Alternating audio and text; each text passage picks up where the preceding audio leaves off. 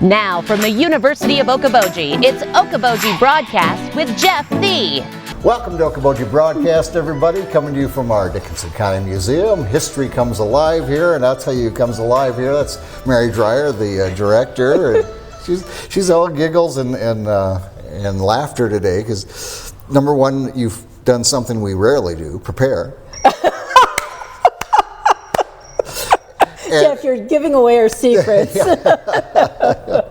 And number two, you've got something that I'm going to know nothing about. You're going to teach me here something. Maybe not teach, but I'm going to have fun with you, Jeff. Oh, okay. Well, yeah, I'm going to have fun with you. And I do have to just say, if we hear any strange noises or anything, we've got a crew here working on our fire suppression system. So any strange noises or anything, just ignore. That's the dudes working. That's the dudes working. And we're glad they're here. Yes. Let's talk about, because it kind of has to do around a grocery store. Well, a general store. Okay. Yes. Which is different. Let me set this up. You set it up. Okay. Yeah. Yesterday, Kathy McNeil was working on a case, making it pretty. She does such a good job of that, yeah. Jeff. I mean, our display cases are looking so good because of the work of Kathy McNeil. And she's the one who finds all sorts of really cool things. Like she found the Abby Gardner book a few weeks ago that I think I've shared with you before. Yeah.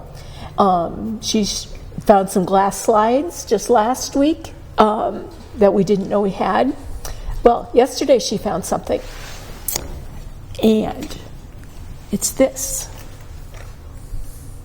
Okay? You have any guesses what this is? They look like a dozen Paris nickel plated number 11. Okay, that doesn't tell me anything. No. They look like pins or something you would display. Would they hold a piece of paper or something, or am I way off? Yes and no. Okay. Yes and no. And we'll keep the suspense going with this, Jeff. You're not going to let me know. Because these are really good. Okay. Really good. Okay. Fascinating.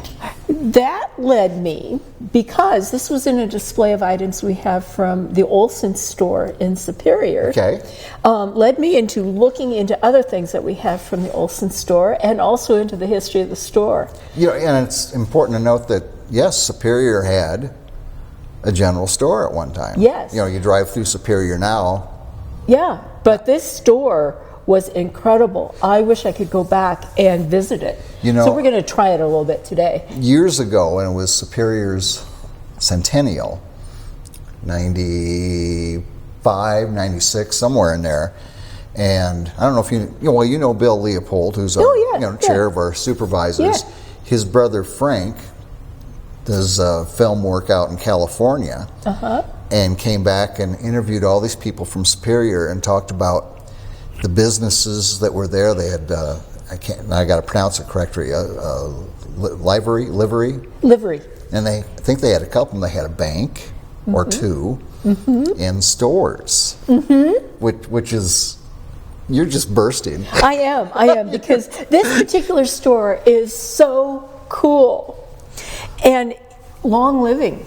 The Olson Store started in 1893. Okay. Believe it or not, when the area was just an infant. Okay, Right, the store started in 1893. It was started by a man named W.S. Gardner. He sold it in 1895 to Eric Olson. Okay. You'll be hearing that name a lot And today. they named it for themselves then. Yeah. The Olson Store. The Olson it makes Store, sense. Yeah. Well, this store, it was burglarized and set on fire in 1895, burned to the ground. They escaped the building without injury, except their dog Spot did not. Oh, Spot. But he alerted everybody to the fire, so Spot was the hero of the day. He was a hero to the end, yes. He was. The store was rebuilt, but the second building number 2, was destroyed by fire in 1899. I think I'd get out of the business. I think so. But the good news of this was, there was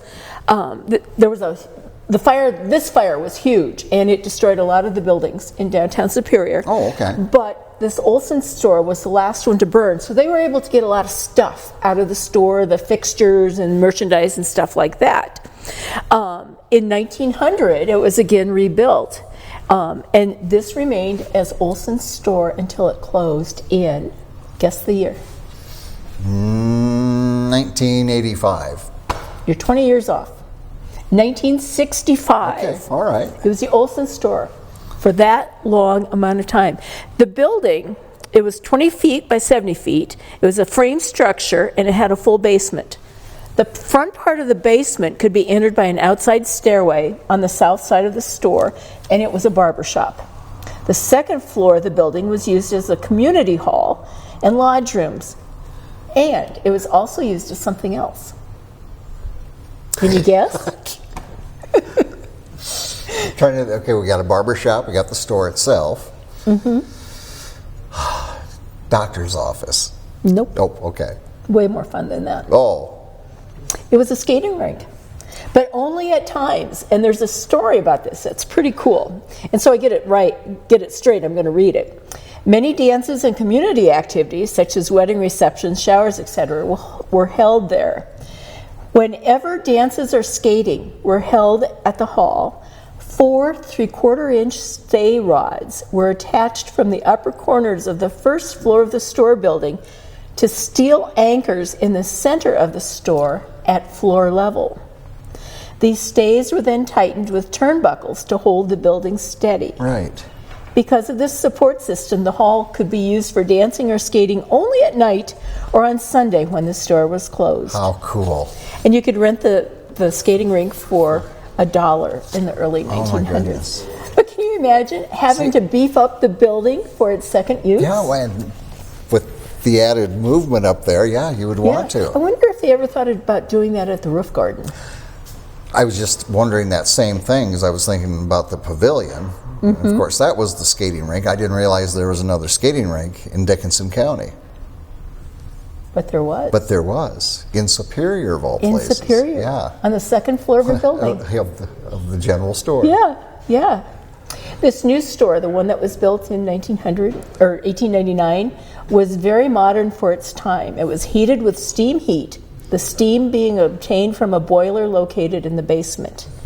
The boiler was obtained from an abandoned steam engine. Lighting in the store area was by gas lights, with the gas generator being in the basement. And in the basement were also large wooden bins which were used to store potatoes, onions, apples, and carrots that had been purchased from local farmers. Also in the basement was a large butter cooler which used ice as a cooling media. An ice house was built on the back of the store, located, and ice was harvested from Swan Lake. I didn't know this. Oh, really? And was kept from thawing by covering with a heavy layer of sawdust. Sawdust. The last ice harvest was in 1939. The name of the store was changed from the Olson store to the Dickinson County Mercantile in 1900. The Olson family ran it until 1965. And here's some kind of cool stuff. Yeah.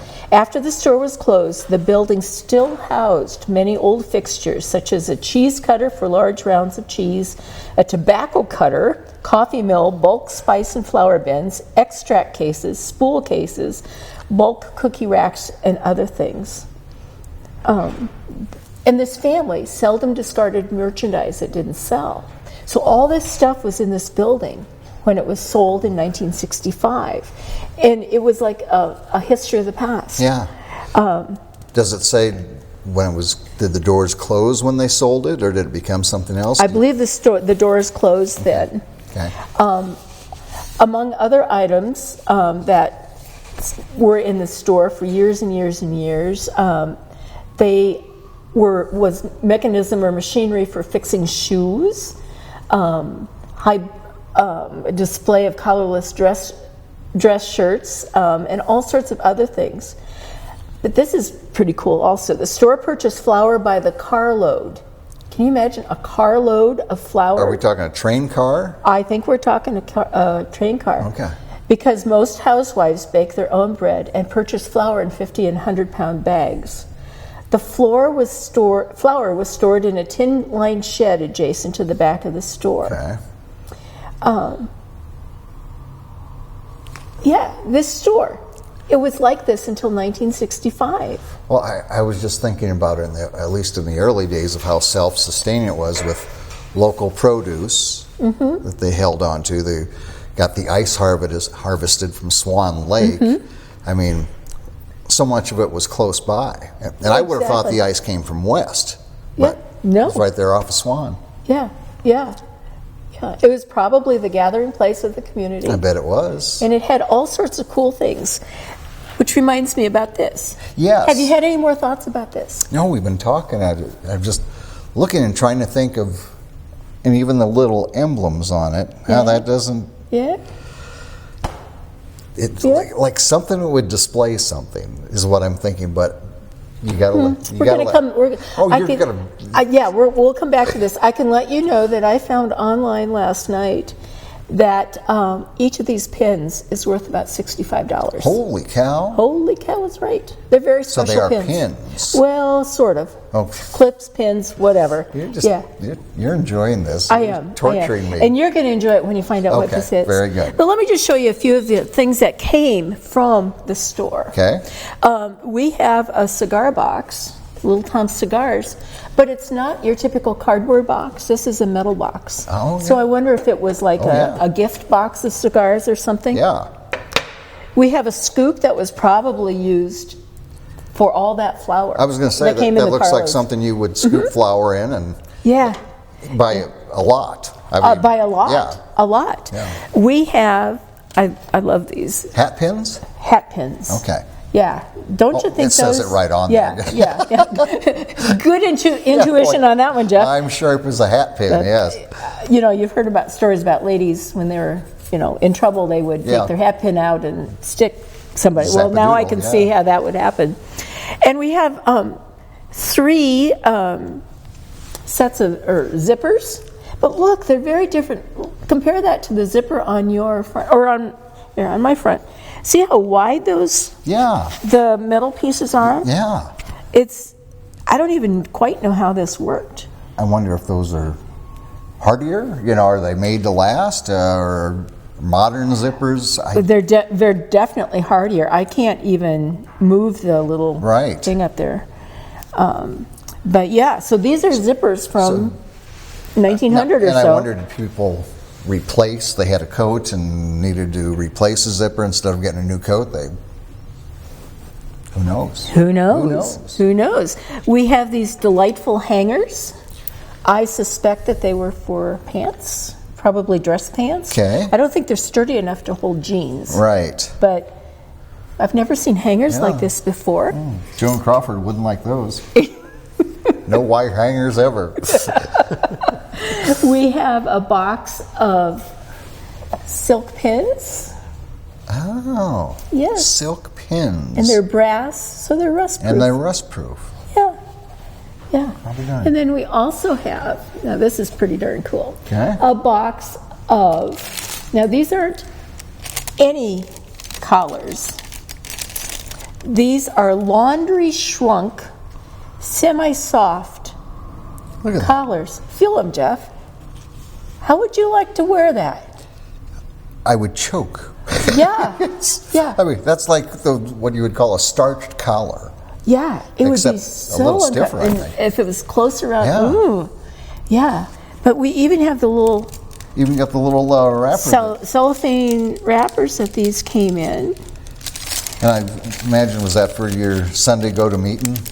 Or if you were the town banker or whatever, you probably wore those every day. Town priest? I don't know. Then we have these cute little cans. I think they're actually banks. Oh, sure, they got the slot in there. From the Paul Parrott Shoe Company. But they're very cute. They're very cute. You couldn't put a lot of change in there. No. And we also have a baseball from the Paul Parrott Shoe Company. Oh. It must have been the place to get your shoes back in the day. Yeah. Horsehide for shoes, horsehide for your baseball. Yeah. So let's come back to these. Here we go. Yeah. Any other thoughts?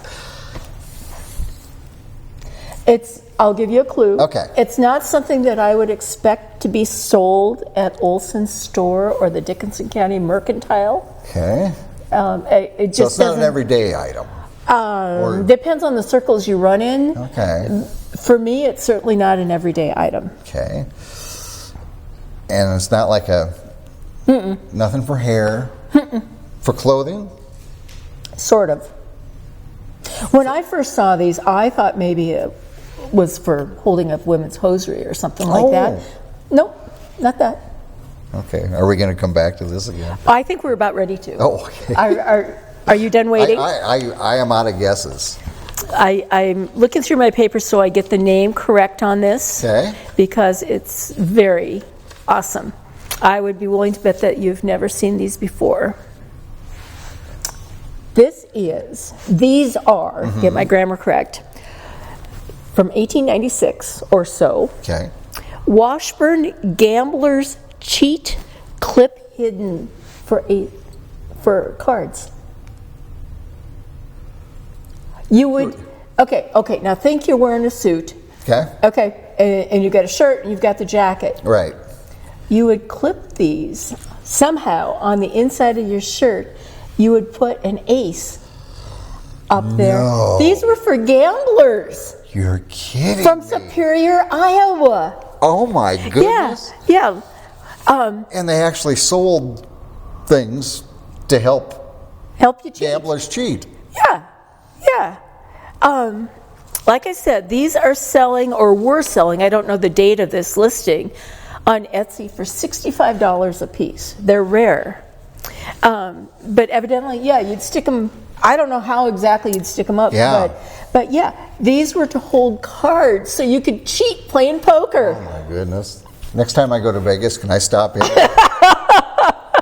I bet you'd be the only one with I bet I would. using that. But it's so fun to come across things like this. Yes. We always are. Now, is this a picture of the store? Yeah, here? it is a picture of the interior of the store.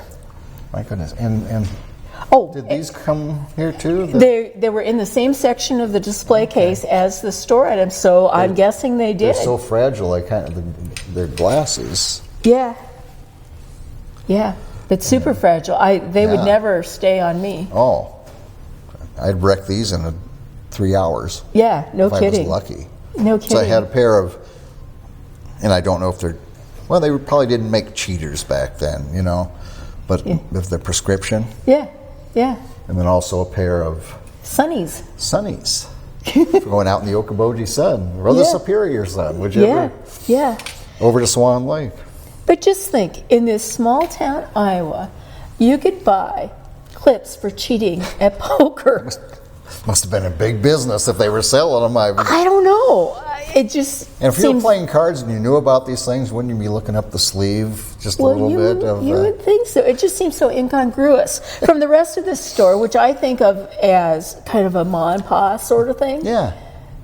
Selling the necessities of life, keeping the community going.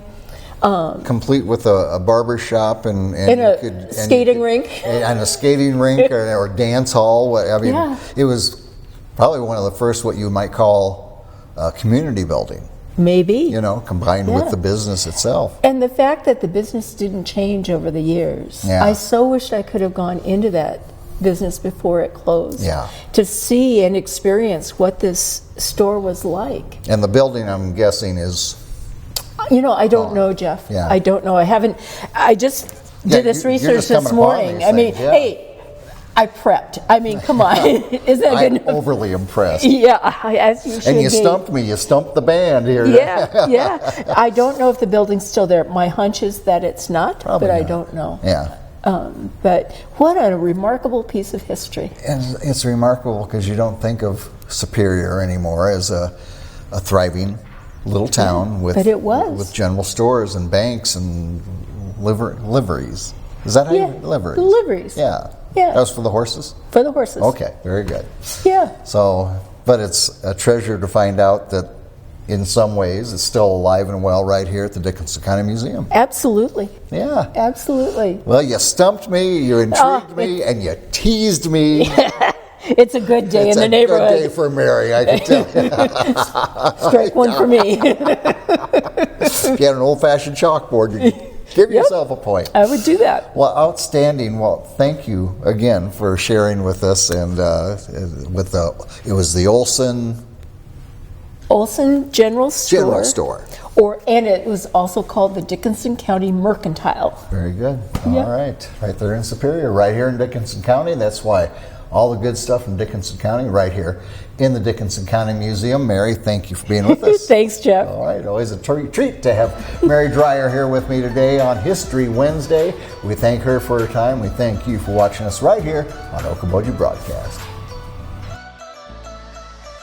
Okoboji Broadcast from the studios at historic Arnold's Park Amusement Park is brought to you in part by the Scott Troutman State Farm Agency in Spirit Lake, Quest Wealth Management, a financial advisory practice of Ameriprise Financial Services, advisor Jan Spielman, AJ Spielman, and Erica Wachholz. The headquarters of the University of Okoboji is at the Three Sons, open Monday through Saturday 10 to 5 and Sunday from 10 to 4. Bank Midwest, dream big, plan wisely, live well. Lakes Regional Healthcare and Avera Partner. Ruthven Locker at the Lake, where carnivores are welcome on Hill Avenue in Spirit Lake. Beck Engineering in Spirit Lake. Be Radiant Laser Skin Studio in the Okoboji Plaza in Okoboji.